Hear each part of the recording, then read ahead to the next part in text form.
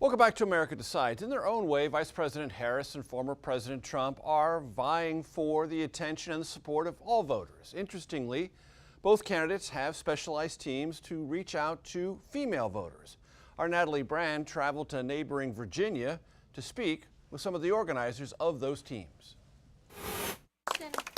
Behind the scenes of Campaign 2024, a grassroots groundswell of volunteers. Ladies, let's make the history. Particularly women working to turn out the vote for the candidate of their choice. I feel like we're kind of the secret army that gets things done.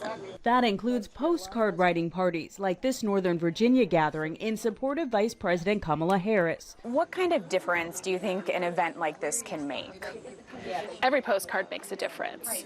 Every door knock, just talking to somebody makes a difference. Women for Harris organizers Amanda Linton and Nancy Fatemi are honing in on the battleground states. We're all gas, no brakes. I think we're the winning difference for Kamala Harris. In Richmond, Virginia, the Republican women's group Rally Virginia is organizing for former President Donald Trump. It is going to be the largest all women's rally in North America this year. Founder Ruse Dadaboy says part of the group's work is trying to bring suburban women back to the GOP. If we can talk to the independent-minded women, then we're doing our job. While polls show Harris holding a lead with women voters, Trump supporters are talking up the former president's policies. Sometimes it's a bitter pill to swallow, but I tell you, I've been able to just separate the person and his personality traits from his policies. Your top issues, Tina? My top issues are the economy and safety. And I think they're very closely tied together.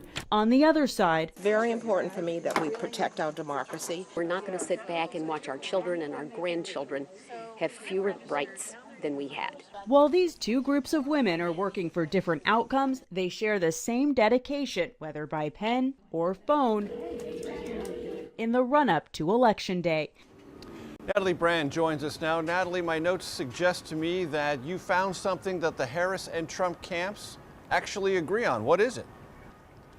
Well, supporters across both sides agree, Major, that the stakes could not be higher this November. The Democratic women I spoke to, they view this election as one about saving, protecting democracy. The Republican women I spoke to, they believe the country is moving way too far to the left.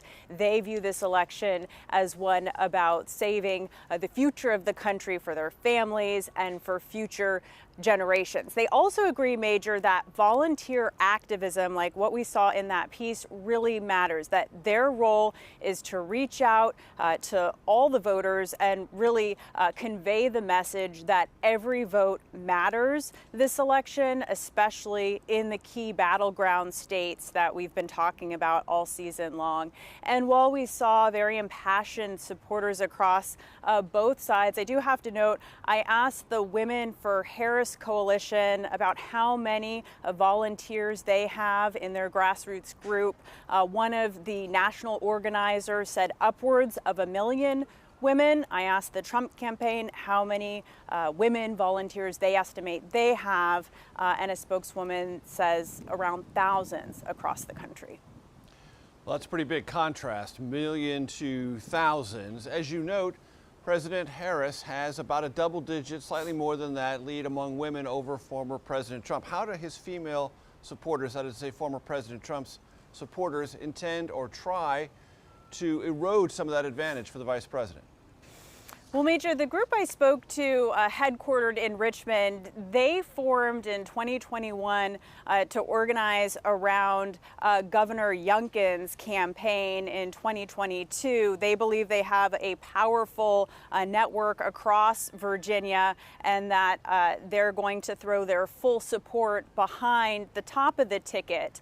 And, you know, former President Trump, they hope that other groups nationwide are doing the same. same thing. But I also have to tell you about another category of women I've found in my reporting over the past several months, and that is undecided Republican women. During a recent trip to Battleground, Pennsylvania, I was speaking to voters in a suburb outside Philadelphia, and over the span of just about 30 minutes, I found 3 Republican women who told me that they were just completely conflicted over what to do in November. One woman told me she felt like a Republican without a party. Another one said that she's completely undecided, but recognizes that she has to vote since her state is such a key battleground. And I've also been checking in with former supporters, current still supporters of Nikki Haley, who supported her during primary season,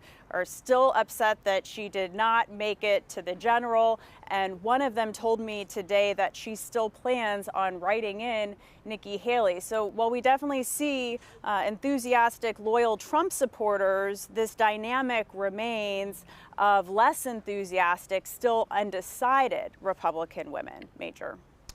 Natalie Brand, thank you very much.